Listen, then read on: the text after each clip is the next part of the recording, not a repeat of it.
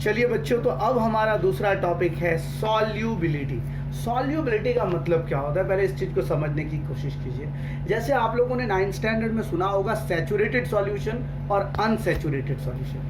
Saturated solution का मतलब होता है no more solute can be added in a solution at the same temperature, that is called saturated solution, and more solute can be added in a solution at the same temperature is called unsaturated solution। तो solubility जो होता है इसका मतलब हो गया maximum amount of solute can be added at a specified amount of solvent at a specified temperature। उसको हम लोग कहेंगे solubility का मतलब हो गया maximum amount of solute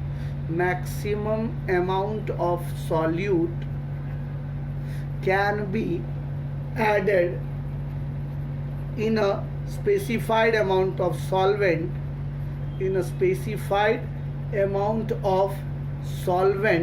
at specified temperature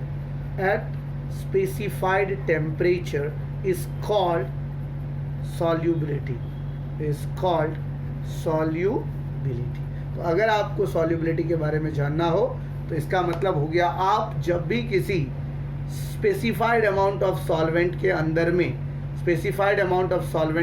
में जो आप डाल रहे हो maximum amount of solute at the specified temperature, तो दैट इज कॉल्ड, इसमें जो घुलेगा। वैसे अगर आप सीधे साधे शब्दों में समझना चाहते हो तो इसको ऐसे समझो कि अगर तुमने चूल्हे पर बर्तन रखा है, यहाँ पे तुम्हारा चूल्हा है और इस पर तुमने बर्तन, इसके अंदर में तुमने एक वॉल्यूम वाटर का फिक्स कर दिया, ये स्पेसिफाइड अमाउंट ऑफ सॉल्वेंट होगा, और इसके अंदर में तुम कितना चीनी डाल के इसको घोल बना सकते हो, तो ये उसकी सॉल्युबिलिटी होगी। The maximum amount of solute that can be dissolve in a specified amount of solvent is called solubility. अब यहाँ पर क्वेश्चन आता है बच्चों कि सॉल्युबिलिटी कैसे होंगे, किस में कौन सा चीज़ घुलेगा, किस में कौन सा चीज़ नहीं घुलेगा। तो सॉल्युबिलिटी समझने के लिए सबसे पहले आपको मैंने बताया maximum amount of solute that can be dissolved in a specified amount of solvent at a specified temperature is called solubility. तो आप सॉल्युबिलिटी तो 3-4 तरह के हो सकते हैं। आप किसी सॉल्वेंट जो है आपका, अगर उसका नेचर लिक्विड है और आपका सॉल्यूट का नेचर जो है सॉलिड है, तो ये भी एक हो गया, सॉलिड लिक्विड सॉल्यूशन हो सकता है। दूसरा, अगर हमारा सॉल्यूट भी लिक्विड है और सॉल्वेंट भी है तो लिक्विड लिक्विड हो गया।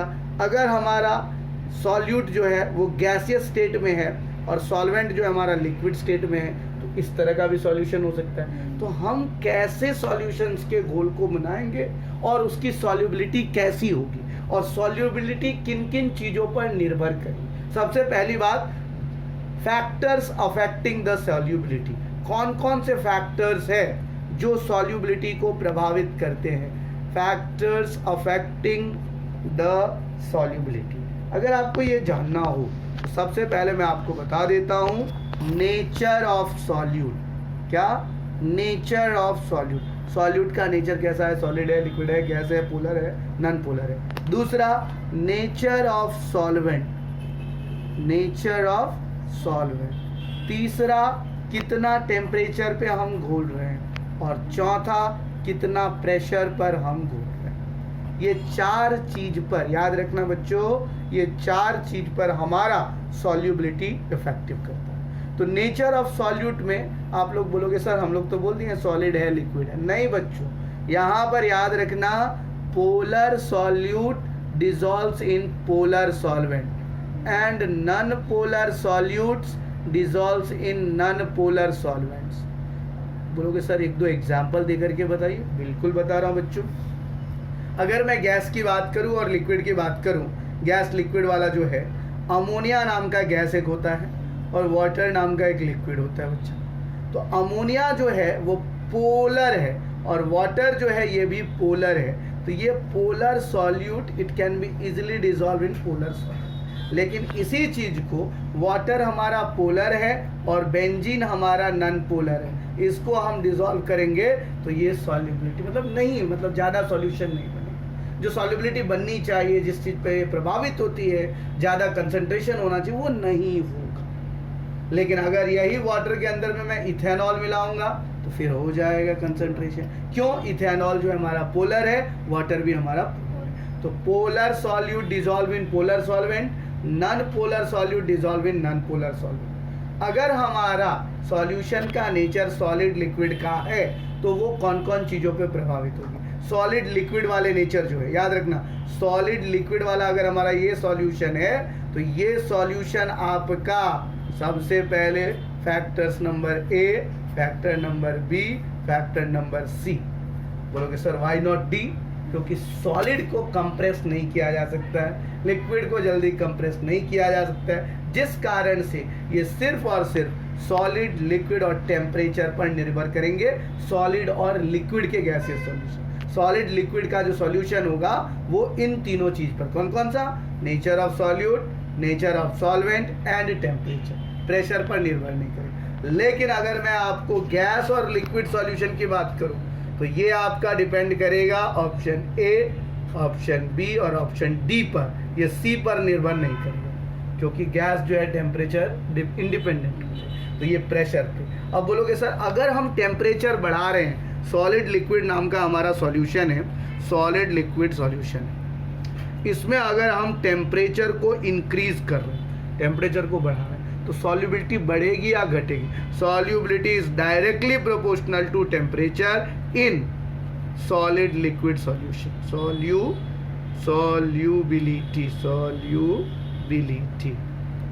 सॉल्युबिलिटी तो temperature is directly proportional to solubility, बराबर। टेम्परेचर डायरेक्टली प्रोपोर्शनल मतलब अगर टेम्परेचर तुम्हारा बढ़ रहा है तो सॉल्युबिलिटी भी बढ़ रही है। लेकिन अगर यही चीज तुम लिक्विड और गैसियस में आ जाओ, लिक्विड और गैस में, तो जैसे अगर तुम टेम्परेचर बढ़ाओगे तो सॉल्युबिलिटी घटेगी बेटा, ये इनवर्सली प्रोपोर्शनल हो जाएगा। लेकिन अगर तुम यहाँ पर प्रेशर को बढ़ा रहे हो तो सॉल्युबिलिटी भी तुम्हारी, गॉट इट? तो गैस में जो है प्रेशर डायरेक्टली होगा और सॉलिड लिक्विड में जो है वो टेम्परेचर डायरेक्टली होगा। तो these are the factors which affects the solubility. अब आ जाइए बच्चों, नेचर ऑफ सॉल्युबिलिटी में आपने पढ़ा सॉलिड, लिक्विड और gas. Yes, temperature inversely proportional इसलिए क्योंकि वो एक्सपैंड कर देगा। टेम्परेचर आप देखिए, जैसे मान लीजिए सॉलिड लिक्विड का है और सॉलिड लिक्विड में आप टेम्परेचर बढ़ा रहे हो, जैसे मान लो चाय आपके चढ़ी हुई है और आप टेम्परेचर को बढ़ा रहे हो, तो देखना चाय में जो कड़कनेस होती है, उस कड़कनेस का मतलब होता है चीनी के साथ घुलना, solubility of that sugar, solubility of that चाय पत्ती, सॉल्युबिलिटी ऑफ दैट अदरक, तो वो बढ़ेगा, कंसंट्रेशन बढ़ती जाएगी। लेकिन यही चीज़ तुम अगर कार्बोनिक एसिड में देख लो, जो हम लोग सॉफ्ट ड्रिंक्स पीते हैं, वो सॉफ्ट ड्रिंक जब हम लोग ड्रिंक करते हैं तो उसमें प्रेशर डायरेक्टली, जितना ज़्यादा प्रेशर डालोगे कार्बोनिक एसिड उतना ज़्यादा कंसंट्रेटेड होगा। लेकिन प्रेशर कम कर दे, टेम्परेचर ज़्यादा कर दे तो सारा गैस उड़ जाएगा, बचेगा पानी। तो इसीलिए pressure is directly proportional to solubility in liquid gas solution and temperature is directly proportional to solubility in solid liquid solution. Got it? समझ में आया? पक्का?